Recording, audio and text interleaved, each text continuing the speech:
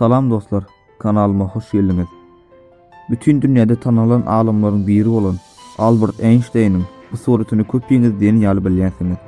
Albert Einstein'ın kameralar üçin dilini çykaran sureti şüphesiz iň meşhur bolandyr. Onda näme üçin Einstein bu suretçilere dilini çykardy? Ine alymyň iň meşhur suretiniň gyzykly hikaýasy. Suret 1951-nji ýylyň mart aýynyň 14-nde Einstein'ın 72-nji ýaş dogulan gününde belli suretçi Arthur Sayce tarapyndan çekildi.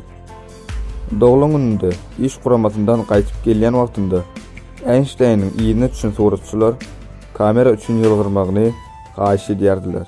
Şol gün kameralar üçin ençemegedek ýylgyrmaly bolan soň jurnalistlere gyýgyrdy we geçerlik diýdi. Emma olary razy etip bilmejekdigine göz ýetirdi we bu edek dilini çykardy. Gyzykly ýeri bu surat asyl nuskanyň kesilen görnüşi.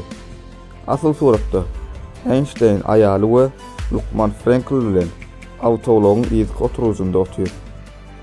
Emma meşhur alim bu suraty gatgaw görýändigini düşündirdi. Şonuň üçin surat iň meşhurlaryň birine ewrildi. Mundan başga da 2009-njy ýylyň 19-njy iýunynda asyl surat auksionda $74.319 satyldy we Einstein'ın iň gymmat suraty boldy. Täze videodan habarly bolmak üçin agzap bolmagy unutma. Indiki videoda görüşençek hoş, sag bolun.